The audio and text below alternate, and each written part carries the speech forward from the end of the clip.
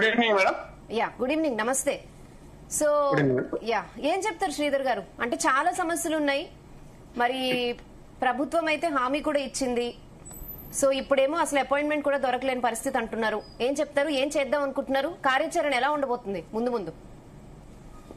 Madam, appointment అనేది మేము చిన్న ఉద్యోగులం. ఫస్ట్ ఎట్ ఆల్ సెక్రటరియట్ కి లోపలికి పోవాలంటే ఏ ఎమ్మెల్యేనో మా సంబంధించిన సంబంధించిన సర్పంచ్నో లేకపోతే ఎంపీటీసీనో పట్టుకొని మా బాధలు పడి తిప్పలు పడంగా అపాయింట్మెంట్ దొరికితే అది కూడా 1 నిమిషమో 2 నిమిషాల్లో.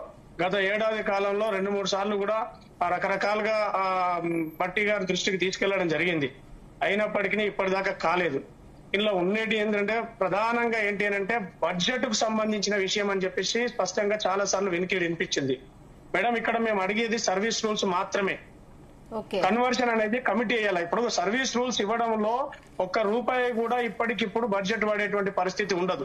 ఎందుకంటే ప్రభుత్వానికి ఇప్పుడు మా మంత్రివర్యులకు చాలా మంది రకరకాలుగా ఏం చెప్తున్నారో మాకైతే అర్థం కావట్లేదు. ఇది బడ్జెట్ కు సంబంధించిన విషయము. ఇప్పుడు ఉన్నటువంటి ప్రభుత్వం పరిస్థితి కొద్దిగా ఇబ్బందికరంగా ఉన్నది అని చెప్పేసి రకరకాలుగా మేము కలిసినటువంటి ఎమ్మెల్యేలను గాని మంత్రివర్యులను గాని మిగతా మంత్రులను గాని వాళ్ళు చెప్తున్నది ఏంటంటే బడ్జెట్ కు సంబంధించిన విషయం ఇప్పుడు అది కష్టమైనటువంటి పని అని చెప్పేసి స్పష్టంగా చెప్తున్నారు. మేము ఒకటే చెప్పదలుచుకున్నాం మేడం, ఈ ప్రభుత్వానికి ఆర్టిజన్ కార్మికులకి అడ్జస్టింగ్ సర్వీస్ రూల్స్ అంటే ఏపీఎస్ఈబి అడ్జస్టింగ్ సర్వీస్ రూల్స్ ఏవైతే అమలు చేస్తే నౌ ప్రజెంట్ ఇప్పటికి ₹1 కూడా ఆర్థిక భారము పడదు. రెండోది వచ్చేసి కన్వర్షన్ పెట్టినాం మేడం. కన్వర్షన్ మేము ఇప్పటికిప్పుడు అడగట్లేదు. దాని మీద ఒక స్క్రూటినీ కమిటీ వేయండి, హై లెవెల్ కమిటీ వేయండి, పెద్ద డైరెక్టర్లతోటి ఒక సిఎండి గారితో ఒక కమిటీ వేయండి. దాని మీద స్పష్టంగా 4 రోజుల తర్వాత ఒక కాల పరిమితి పెట్టండి. 2 నెలల 4 నెలల 3 నెలల ఒక కాల పరిమితి పెట్టండి. సంవత్సరానికి ఇంతమంది ఆర్టిజన్ కార్మికులను మేము దీనిలో కన్వర్షన్ చేస్తామని చెప్పేసి ఒక టైం బాండ్ పెట్టండి. అంతే తప్ప ఇలా ఇవి కాకుండా కనీసం కూడా ఇప్పుడు మాకు సంబంధించినటువంటి పవర్ చేసి కొన్ని సంఘాలతో ఒక పవర్ చేసింది మేడం. వాళ్ళకి పోయి మాట్లాడడం జరిగింది మా ప్రతినిధులుగా. వాళ్ళు చాలా రిక్వెస్ట్ చేయడం జరిగింది మంత్రి గారిని. కానీ సమ్మె విరమించుకొని రమ్మని చెప్పడం జరుగుతా ఉన్నది. సమ్మె విరమించిన తర్వాత ఇంకా చేసేది ఏముంది? వాళ్ళు ఏం చెప్తే మనం వినాలి. ఇవాళ చూడండి మేడం, చూస్తుంటే సుమారు 95% సమ్మె నడుస్తా ఉన్నది మేడం. అది జెన్కో కావచ్చు, ట్రాన్స్కో కావచ్చు, ఎస్పీడీసీఎల్ అండ్ ఎన్పీడీసీఎల్ కంపెనీల్లో ఎక్కడ కూడా ఇలా పవర్ ఇంటరప్షన్స్, రకరకాల పవర్ ఇంటరప్షన్స్ ఉన్నాయి. దాన్ని బయటికి రానియట్లేదు. ఎగ్జాక్ట్లీ మేము చాలా మంది ఆర్టిజన్ తో కూడా మాట్లాడినటువంటి పరిస్థితి శ్రీధర్ గారు. కాకపోతే ఇదే ఎక్కువగా వస్తుంది. అంటే మీ పై అధికారులు ఎవరైతే ఉన్నారో వాళ్ళు కొంత రాంగ్ ఫీడ్బ్యాక్ ఇస్తున్నారు. మీకున్నటువంటి సమస్యల విషయంలోనూ రాంగ్ ఫీడ్బ్యాక్ ఇస్తున్నారు. అలాగే ప్రస్తుత సమ్మెను కూడా దాని తీవ్రతను తక్కువ చేసి చూపించే ప్రయత్నం చేస్తున్నారని కొంతమంది మా దగ్గర వాపోయినటువంటి పరిస్థితి. ఏంటి వాస్తవా? వాస్తవం సార్. కాకపోతే దీంట్లో ఏంటంటే మరి మా మంత్రివర్యులు, మా గౌరవ మంత్రివర్యులు బట్టి విక్రమార్క గారు మా పైన ఎందుకు అంత వివక్ష చూపిస్తున్నారో అర్థం కావట్లేదు. మేము చిన్న ఉద్యోగులం, పెద్ద ఉద్యోగులం కాదు. అక్కడ చాలా లక్షల జీతాలు ఉన్నాయనేటువంటి పదాలు వాడుతున్నారు ఇందాక.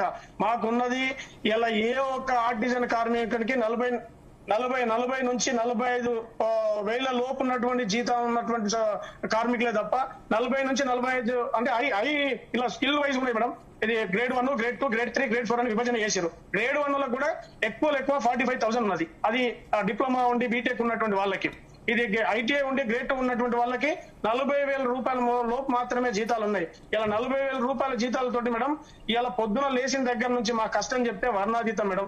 మా భార్య పిల్లలతోటి కంటే ఎక్కువ మేము మా ఆఫీసులోనే గడుపుతాం. ఎక్కువ పొద్దున 9 గంటలకు వస్తే రాత్రి ఇంటికి పోయేసరికి ఏ టైం అవుతుందో తెలియదు. మేము వెళ్లే టైంలోనే ఏదో కంప్లైంట్ వస్తుంది, ఏదో ట్రాన్స్ఫార్మర్ ఫెయిల్ అవుతుంది, ఏదో లైన్ దిగుతుంది.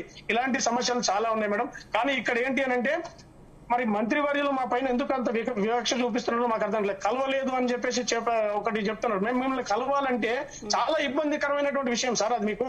ఎందుకంటే మీకు చిన్నగా అనిపించచ్చు మేము మిమ్మల్ని కలవడం అనేది. ఒక మంత్రిని కలవాలంటే ఇప్పుడు ఉన్నటువంటి పరిస్థితుల్లో ఆ సెక్రటరియట్ గేట్ లోపలికి కూడా పోలేని పరిస్థితి మా చిన్న కార్మికులది. ఇలా మేము తీసుకొని పోయి నడుచుకుంటాం. అయితే ఆర్థికమైనటువంటి భారం ఉండదు అంటూ కొన్ని విషయాల వరకు మీరు చెప్తున్నటువంటి పరిస్థితి. కాకపోతే రెగ్యులర్ ఎంప్లాయీ మిమ్మల్ని అందరినీ కూడా రెగ్యులైజ్ చేసే రెగ్యులర్ ఎంప్లాయీలతో కనుక సమాన వేతనాలు కనుక ఇస్తే ఖచ్చితంగా కూడా అది ఆర్థిక భారం చూపిస్తుంది కదా. ప్రభుత్వం అయితే ప్రస్తుతం రాష్ట్ర ఆర్థిక పరిస్థితి ఉన్న నేపథ్యంలో మేము చాలా పథకాలు కూడా ముందుకు తీసుకెళ్లలేకపోతున్నాం. చాలా కాంట్రాక్ట్ సంస్థలు కూడా ఇంకా పెండింగ్ ఉన్నాం, తదితర కారణాలు చెప్తున్నటువంటి పరిస్థితి కదా. అదే సార్ ఇప్పుడు అదే ఇక్కడ చిన్న లాజిక్ ఉన్నది సార్. అడ్జస్టింగ్ సర్వీస్ రూల్స్ చేయడం వల్ల ఆర్థిక భారం పడదు, కన్వర్షన్ చేయడం వల్ల ఆర్థిక భారం పడుతుంది. అది ఇప్పటికిప్పుడు చేయమని అనట్లేదు. 20,000 మందిని ఒకటేసారి కన్వర్షన్ చేయడం అని మేము అడగట్లేదు. అది స్క్రూటినీ చేయండి, దాన్ని ఒక కమిటీ వేయండి, దశల వారీగా చేయండి. కానీ సర్వీస్ రూల్స్ చేయడం వల్ల మాకు వచ్చేటి ఏంటంటే లీవ్స్ వస్తాయి సార్. ఇలా మీరు చూడండి సార్, ఏ ఒక్క కంపెనీలో కూడా, కానీ ప్రైవేట్ కంపెనీలలో కూడా సార్ ఒక ఈఎస్ఐ ఈపీఎఫ్ కి సంబంధించినటువంటి వాళ్ళు పోతే వాళ్ళు రిటైర్మెంట్ అయితే ఈ సన్మానం చేసి షాలో చేసి ఇన్ని సంవత్సరాలు మా వ్యవస్థకు పనిచేసిండు, మా కంపెనీకి పనిచేసిండు అని చెప్పి ఆ కార్మికునికి గౌరవ వేతనం ఏదో ఇస్తారు. ఈ వ్యవస్థలో అంటే ప్రభుత్వ రంగ సంస్థలని చెప్పుకోవడానికి ఉన్నటువంటి విద్యుత్ రంగ సంస్థల్లో కనీసం గ్రాట్యుటీ సార్ 25 నుంచి 30 సంవత్సరాలు చేసినటువంటి కార్మికుడు నిన్నటి దాకా రిటైర్మెంట్ అయితే కనీసం 60,000 రూపాయలు చేతుల్లో తీసుకొని పోయి బతికేటువంటి పరిస్థితి లేదు సార్.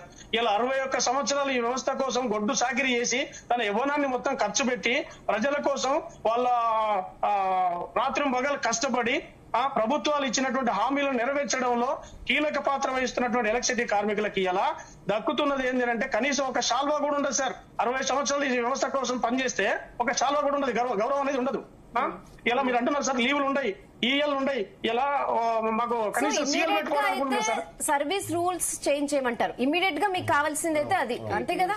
100% సార్. దీంతో పాటు ఇక్కడ ఒక విలీనం కానటువంటి కార్మికులు ఉన్నారు. మాకు కట్ ఆఫ్ డేట్ పెట్టారు 4/12/2016కు. ఆ కట్ ఆఫ్ డేట్ ఉన్నటువంటి వాళ్ళు కొంతమంది అధికారుల తప్పిదాలతో వాళ్ళు విలీనం కాలే ఎన్పీడీసీఎల్ పరిధిలో సార్. ఇలా ఎస్పీడీసీఎల్ ఏ పని అయితే చేస్తున్నారో ఎన్పీడీసీఎల్ ఒక పేరు సార్, ఆ పేరు ఏంటో నాకైతే తెలియదు. మీడియా పరంగా నేను చెప్తున్నా సార్, అన్మెన్ ఏంటంటే వాడు మనిషి కాదా, మర మనిషి వాడేమైనా అన్మెన్ అనేటువంటి పేరు పెట్టి వాడితోటి గొడ్డు చాకిరి చేయిస్తున్నటువంటి సందర్భం ఉన్నది. కనీసం వాడికి మేమంటున్నాం ఇలా ఎస్పీడీసీఎల్ ఏ విధంగానైతే విలీనం చేసిరో అదే విధంగా తలను కూడా విలీనం చేయాలన్నాం. పీస్ రేట్ కార్మికులు సార్ ఇలా మీరు నమ్మరు, ఇలా సుమారు 6,000 మంది ఉంటారు సార్. వాళ్ళు ఈ ఆఫీసు నీట్గా ఉండాలంటే ఫస్ట్ స్వీపర్ కావాలి. తన టేబుల్ నీట్గా ఉండాలంటే తన టేబుల్ కాడ అధికారుల టేబుల్ దగ్గర వాటర్ ఉండాలన్నా, పేపర్ ఉండాలన్నా, పెన్ ఉండాలన్నా స్వీపర్ ఉండాలి, దాంతో పాటు అటెండర్ ఉండాలి. ఇలాంటి విభజన చేసి సుమారు 6,500 మందికి కనీస వేతన చట్టం కూడా. ఇలా వేతన చట్టాలు ఎవరు చేస్తారు సార్? ఇక్కడ ప్రభుత్వాలే కదా వేతన చట్టాలు చేసేది. అది ప్రభుత్వ రంగ సంస్థలలోనే అమలు కాకపోతే దాని విధానం ఏంటి? అసలు వీళ్ళు చేసినటువంటి చట్టాలకు ఏ రకమైనటువంటి విలువ ఉన్నది? అది ఒకసారి ప్రభుత్వాలు ఆలోచన చేసుకోవాలి. చంద్రారెడ్డి గారు ఉన్నారు ఇప్పుడు జేఏసీ కన్వీనర్ గా. సో ఇప్పుడు